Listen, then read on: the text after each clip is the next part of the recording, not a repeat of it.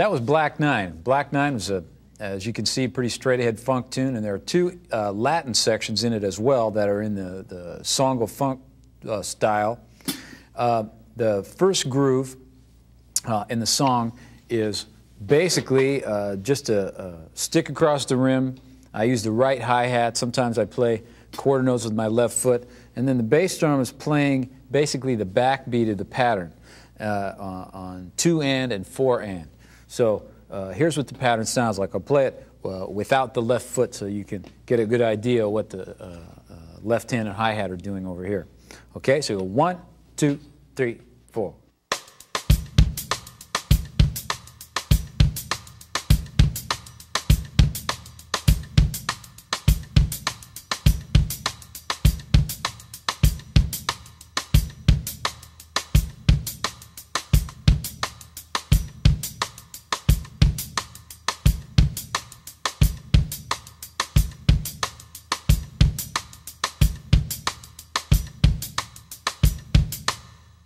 The front part of the tune basically has that groove all the way through.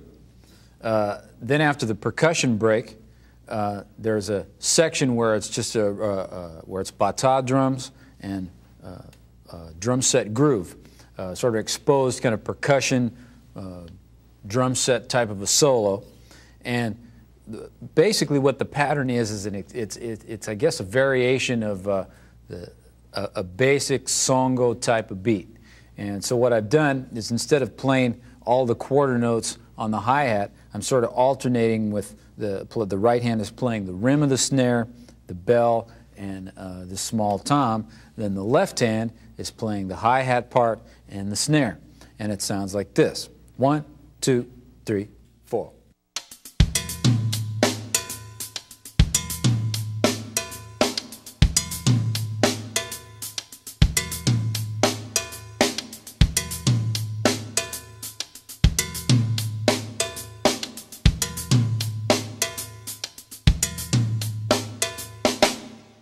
The next section would be sort of an extension, I guess, of the keyboard solo. There's an ensemble part that comes in and some ensemble hits that you play. But the basic groove is still the same one that goes on through that whole entire section.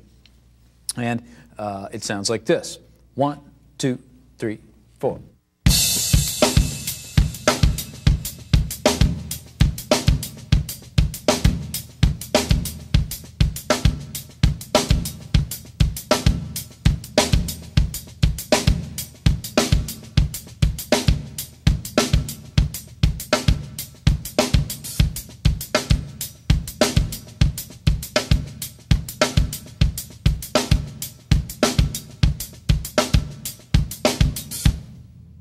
Now, during the solo, there's a few other variations of that go on, but basically it's that.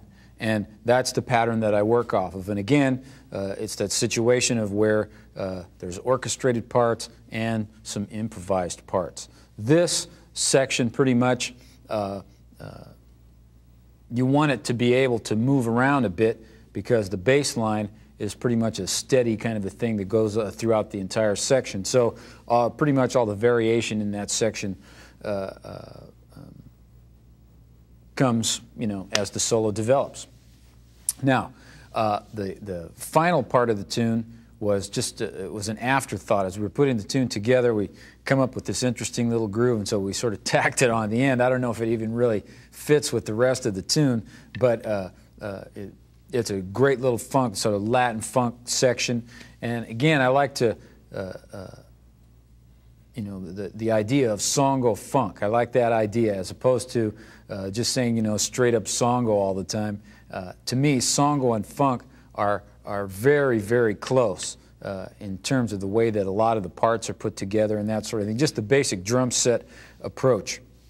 When I was in the Tower of Power, a lot of the patterns and things that I used to play, I purposely would try to stay away from playing 2 and 4 on the snare or very predictable sort of patterns.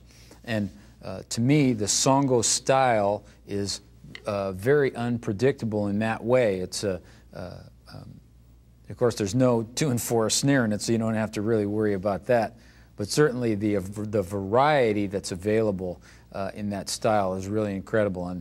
And I think an interesting thing to note, too, is that Songo is not a drum beat. It's a style of music. It's a style of playing that comprises many elements. And as long as you keep that in perspective, then the style will work well for you. Funk and song will work well together. In this particular section, I use a cowbell over here above my hi-hat, and I play the cowbell with my left hand. My right hand goes back and forth between the hi-hat and the snare, and it sounds like this. 1, 2, 1, 2, 3.